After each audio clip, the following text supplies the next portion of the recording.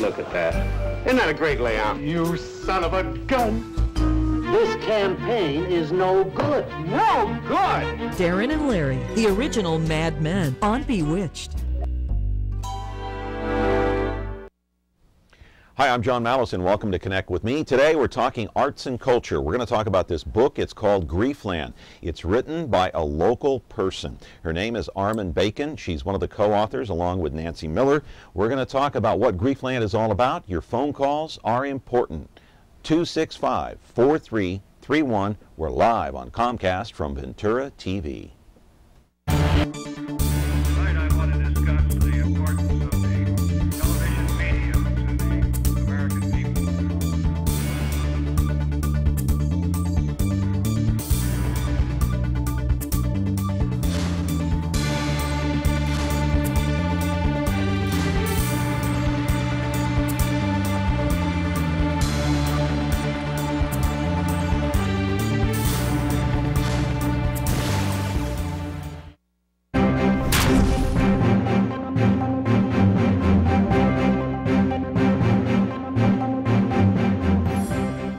And welcome back to the program. A difficult show and a difficult topic to talk about this morning here on Connect with Me on Me TV Fresno. We're going to be talking about this book. It's called Griefland. It's written by Armen Bacon and Nancy Miller. Those are two local people.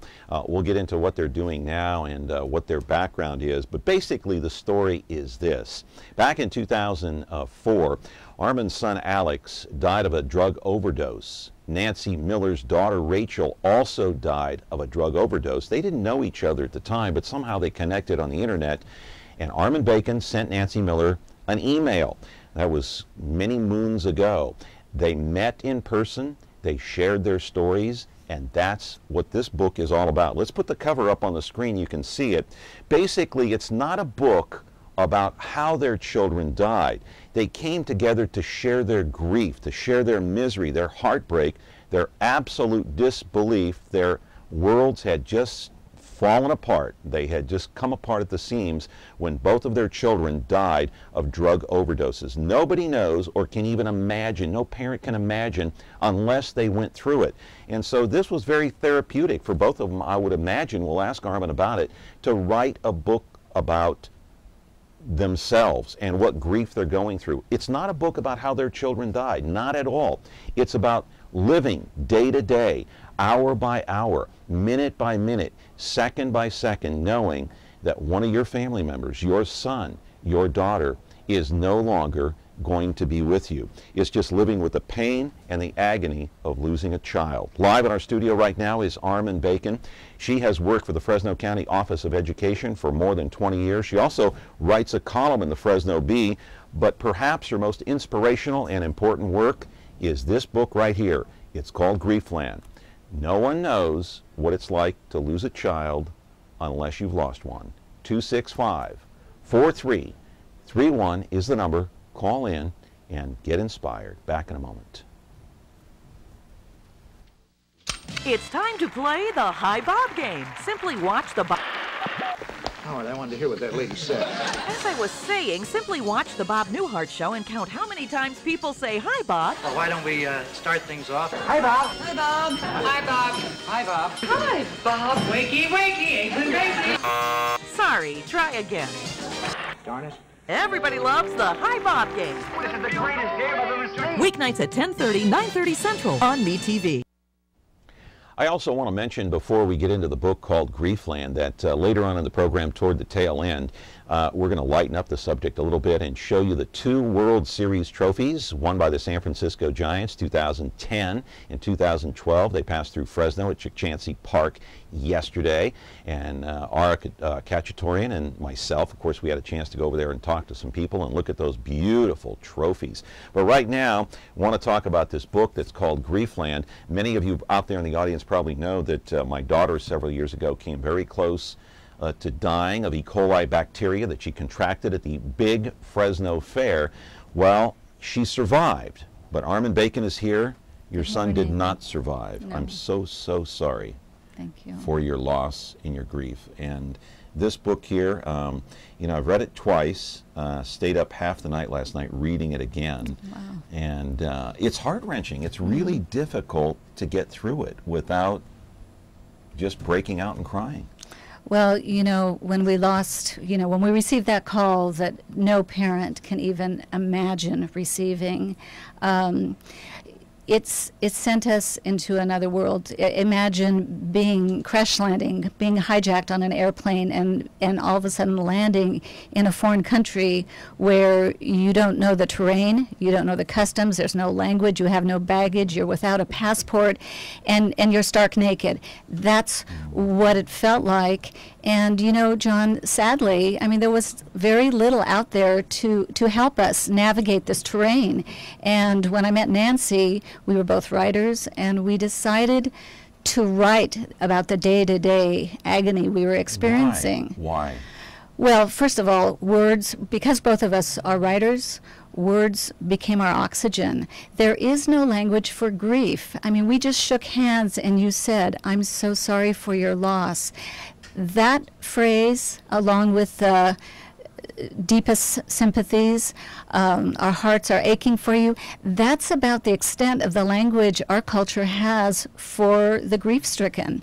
We don't know what to do. We don't know what to say. And so Nancy and I decided we wanted to create that language. All right, let's take a phone call here real quick. Good morning. You're on Connect with Me with Armen Bacon. How are you? I'm doing good, and I wish I could hear your show. That someone didn't turn on the volume. Okay. Well, listen, do you have a question for Armen real quick? Armen, she's a writer? Yeah, she's a writer, and she wrote a book called Griefland about the death of her son Alex, who overdosed on drugs, and her co-author is Nancy Miller. Her daughter also died of a drug overdose. Wow. You know, I'll just make a statement, because I didn't really hear no one can hear what you guys are already talking about. But I'll make a statement that, you know, we're made for addiction.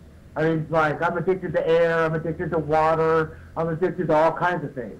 And when we're not questing for our gifts or our specialties, like you're a newscaster and you're very good, and if you weren't doing that, you might get addicted to the wrong stuff. And so that's kind of like a lot of when we don't teach our children that. You know, my dad told me when I was really young. He goes, you could do any drug or any alcohol you want, but if you abuse one, you lose your right to do all of them. Yeah. And so I'll just leave those messages with you. Thank you for the call. Okay, thank you very much. I guess he's talking about drug addiction, yes. Alcohol addiction. We're all addicted to something, I guess. But yes. I want to talk to you a little bit about that. But let's kind of focus on this book a little bit, because last night, just reading the whole book, one thing stuck out more than anything else, and that was you said in the book, somewhere in the book, that after this happened, you no longer felt comfortable within your own skin. Yes. Remember writing that? Oh, I absolutely do. Can you expand on that, please? Yeah, you know, people who know me know that I'm a very outgoing person. I'm a public speaker. I have, you know, a career, a family. I'm a community activist. And all of a sudden, when grief hits you, you wake up, you feel like I felt like a stranger in my own skin. I couldn't finish sentences. There were physiological side effects. I broke out in hives. I had headaches. I felt like I was standing outside of myself, looking down on this poor woman and really not knowing what to do. There was a paralysis that came with it, a brain damage. My memory was shot. And nobody wrote about that. No, you know, and so there are moments when I felt like I was going insane. And when I met Nancy and we started comparing notes about what this journey felt like, we realized that, no, this is the condition of grief. This is what grief does to the human soul and the physical body.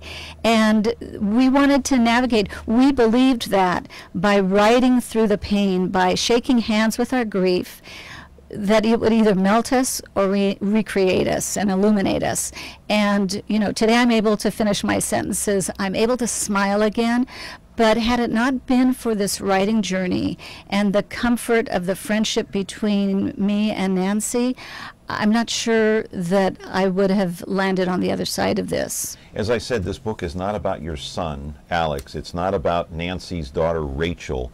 It's about you and Nancy navigating through this Griefland, what you call Yes. Griefland, from the time that your son and her daughter died until now. Yes. Grief, and it's how you get through day-to-day life, minute by minute, second by second. Yes. Is that right? Yes. And why did you write the book about that and not your son? Well, because quite honestly, there was nothing on the shelves. We went to bookstores. You look for resources because you know you need help.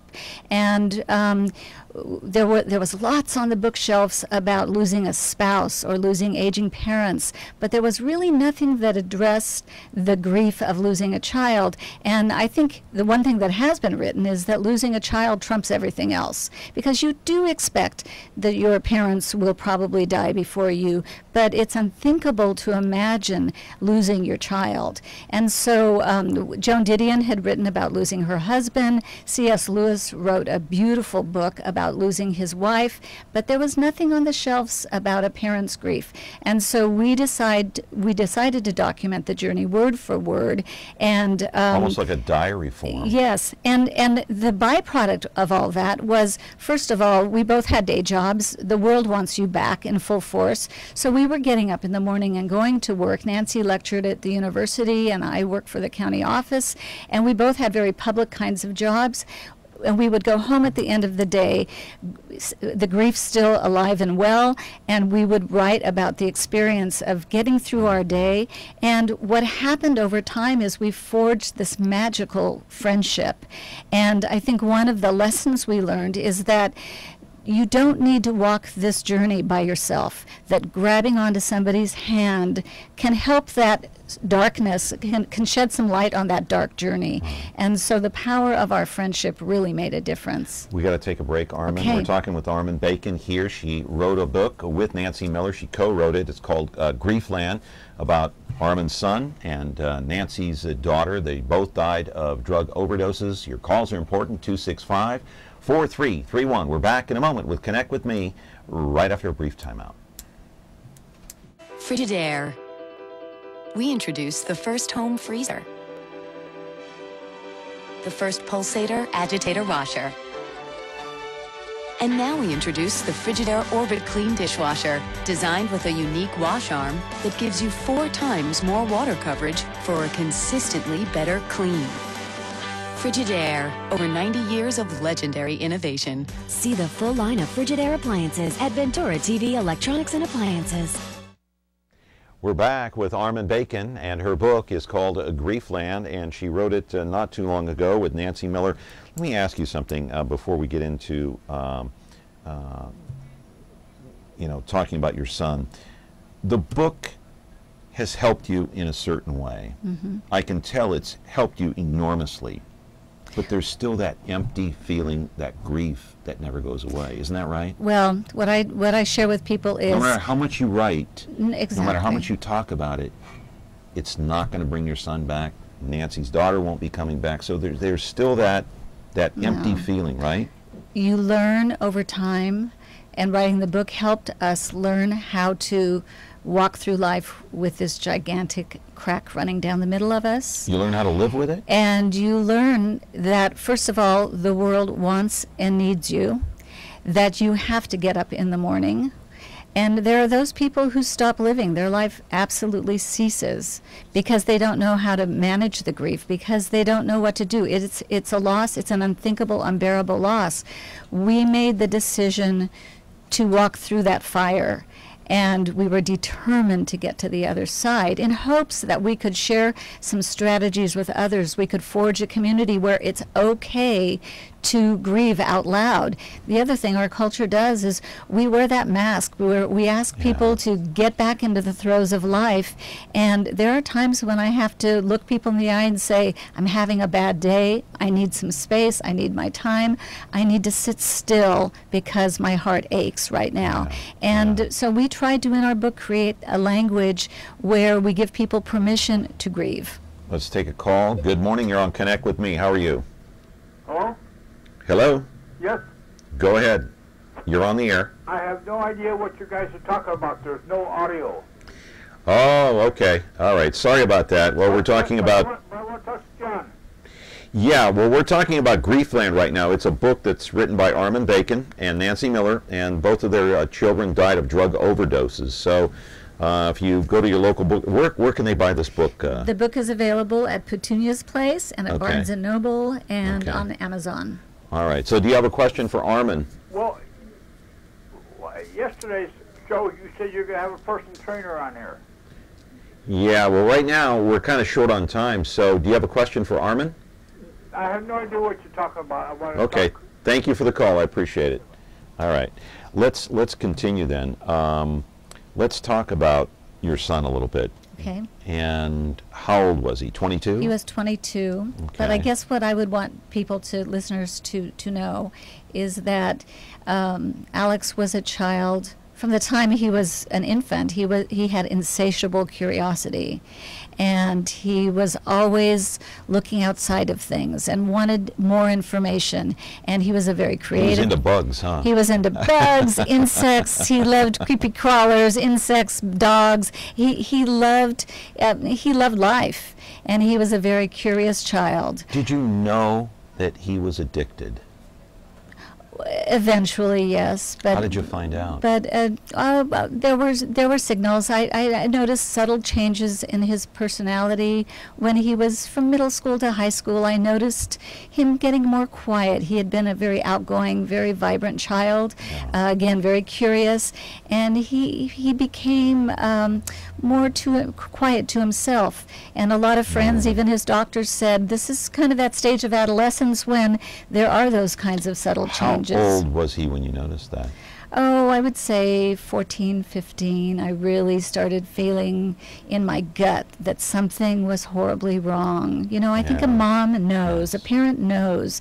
And, but we were meeting with the schools and with doctors, and everybody was saying he was fine. Everybody was saying this is just that transition where his body is changing, his brain is processing new information, he's turning from a child into a young adult, and loosen your grip a little bit. You're being too controlling. Yes. And you know, as a parent, you worry. And then little by little, I started finding other clues. There was a portion in the book that I was reading last night that kind of struck me too a little bit, where you were maybe doubting yourself. You had some self-doubt about, should I have done more? Why didn't I do more? Why didn't I get more involved? Well, you know, Nancy and I had those conversations in the middle of the night throughout our book writing process. Right. And between us, I think we tried everything short of kidnapping our children and taking them off to some foreign island and isolating them. But, you know, that's not real. Do you feel like you did enough? Or do you feel within yourself that you could have done more? You know, I think we did the best we could at the time. The more I read now, the more information I have. I think a parent has to be an advocate for their child. I think you have to keep hunting until you find the right treatment. And there's still such mystery. At the time, Alex was experimenting with OxyContin. We know a lot more now than we did then. Then we didn't even know what it was. What other drugs was he involved with besides that? Was it heroin or? No, Not Alex heroin. never used heroin, but you know, he started with over-the-counter cough medicines and allergy medicines, the stuff that now in the pharmacy is behind the counter. Because now we know better. But at the time, you could get the cough medicines, the stuff that has dangerous pharmacological components, you could get it off the counter, and it was sold to young people. But he shifted from that to marijuana, and then later eventually prescription drugs. But having guilt as a parent is a natural thing. I mean, when I took my daughter to the petting zoo at the Fresno County Fair, I mean, even to this day, years later, I ask myself, why did I do that? Yes. You know, why didn't I just stop myself and say, no, you're not going? And so I may live with that for the rest of my life. So that's why I asked that question about guilt, because that's something that I don't think, you know, I think it kind of stays there. It never really goes. Well, look at you could have done everything humanly possible, and it still would have happened. Yes, and you know, we have a very strong nuclear family. We raise our children, in my personal opinion, I mean, we raised our children to give them wings so that they could spread those wings and fly and explore the world around them. Sure. And we grew up at a time when the world was very, very safe. And, you know, our children's world is a little different now. Yeah. But holding on, not letting them go out, not letting them be active in school, not letting them explore in the community. That's not good either. That's not a solution. You can't do that. That's not normal. No. So you know, I think as parents we all do the best we can. Yeah. And when we notice something is not right, we intervene, and that's what we did. You know what? You're a great mother. Thank you. I'm sure you're a great wife. Thank you. So no guilt. Thank you. All right. Armen Bacon is our guest. Griefland is the book. She wrote it with Nancy Miller. We're going to be back here on Connect with Me, and also the World Series trophies. We'll show you those in just a moment.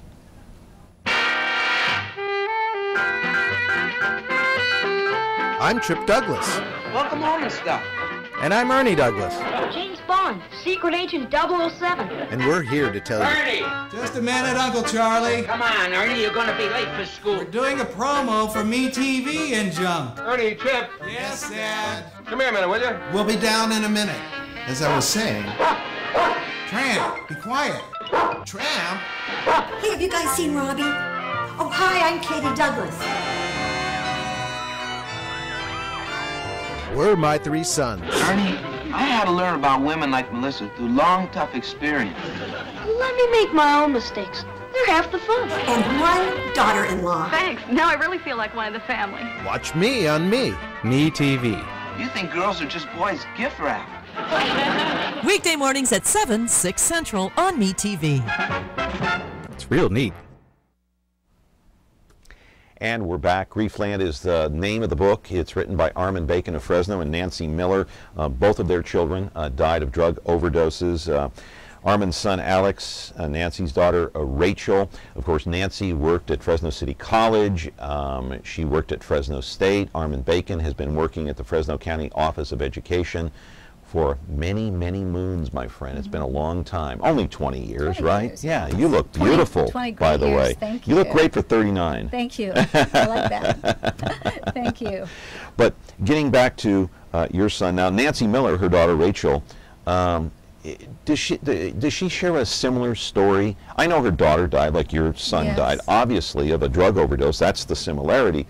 But did it go down in a similar fashion? There were differences, but you know, very similar. Loving family, you know, caring parents. She knew something was wrong, but didn't quite know what it was. Yes, and her daughter, you know, was in treatment and doing well, and you know, had gone away to Utah, was in a special program, and so I mean, I think both of our families were trying to get the best help possible for our children, but at the end of the day, it wasn't enough, and we'll never have those answers. And I guess, you know, you can't continue to beat yourself up forever. That is Rachel, Nancy's daughter, and let's put a picture up of Alex as well, your son, who passed away, and there he is. How old was he there in that picture, by the way? He was about, I think, 20 in that picture. Yeah.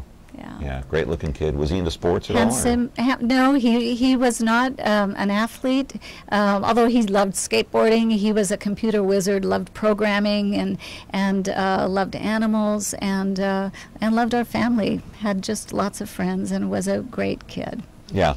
Now, you met Nancy in 2009, several years after your son passed away. Yes. And you met somehow on the internet, and you wrote her an email. Yes. You want to read a portion of that email? Sure. It's in your book. Very heart-wrenching, by the way. Well, first let me just say that a mutual friend of ours from Fresno State called me over Christmas vacation and said, oh my gosh, we have a colleague in our department whose daughter died on Christmas Day, and we don't know what to do. We want to reach out, but we don't know what to do. This was this past year? Here? No. Oh. In 2009, and it happened to be Nancy. Yes. Okay. And she said, would you connect with her? And I said, of course I would. And so I wrote her an email, and I will happily read that to you. And it was written on January 13th of 2009. Nancy, my name is Armen. We have a friend, Anne, in common. She emailed me about the death of your daughter, Rachel. I'm wondering if we might meet somewhere. Even though I don't know you, I feel an urge to wrap my arms around you. We can talk about anything you want or sit in silence. I promise we will just be two women coming together in this moment of darkness, a place I've come to call Griefland. I've been living here for 4 years, so I'll show you around. We can take a quiet walk, just the two of us. Right. Let's put up the pictures of your son and also Rachel. Your son Alex died of a drug overdose in 2004. Rachel passed away of a drug overdose when? What year? In 2008, Christmas Day. 2008. Okay, so a few years after your son, but very similar situations.